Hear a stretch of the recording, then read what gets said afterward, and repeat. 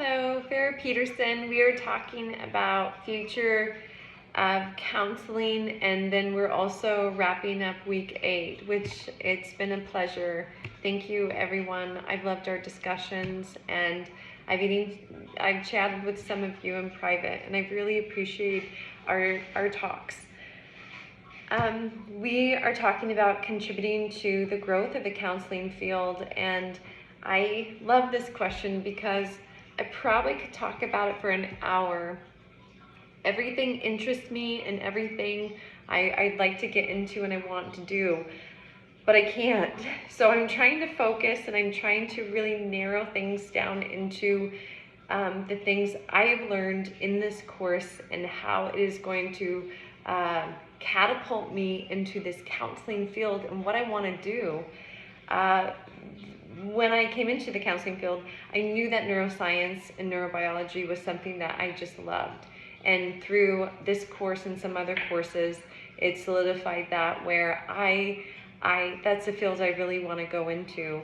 Another field that I didn't know, I was a little bit, I'm not sure. I just kind of have some questions about it, but the thing that really bothered me, that kind of lit a fire, was some of the diverse cultural populations could not get mental health counseling because of the stigma around mental health care or just seeing a counselor or a therapist in general.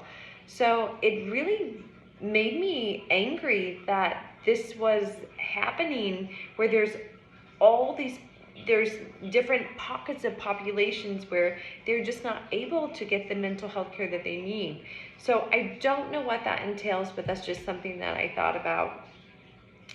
So the most meaningful activity I had was the assessments. I did the Life Change Index Scale from 1967, T.H. Holmes and T.H. Raw, and I believe it was also called the Social Readjustment Rating Scale.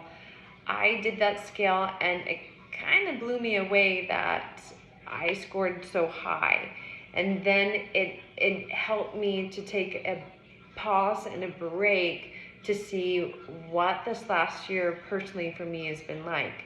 And this last year has been 2 deaths of very close family members, 2 illnesses. It's just been a little bit crazy. I mean, starting school, you guys all know. So it has been, and when I scored high, it made me think that I have not been taking care of myself as I need to. So that leads me to the last question. So how am I personally different? Well, I'm personally different because I've noticed, I've learned so much about myself that I'm actually going to start counseling for myself. I think that would be a healthy choice right now. And I feel, how can you counsel others when you yourself are dealing with some things? And of course that's counselor impairment. So I think that's a really healthy choice for me. The last thing I would just like to say is it's advocacy. When I first started this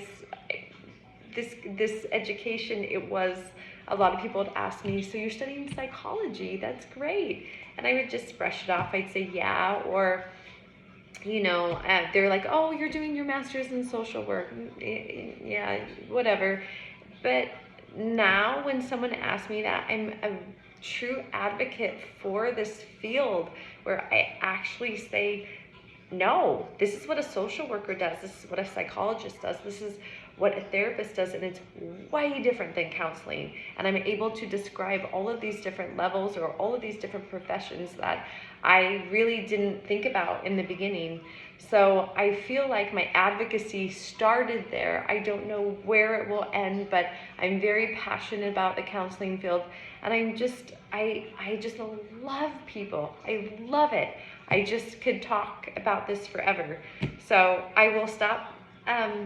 Thank you so much, everyone. It's been a pleasure, and everyone take care. Students, I hope that I see you in other classes. It would be great.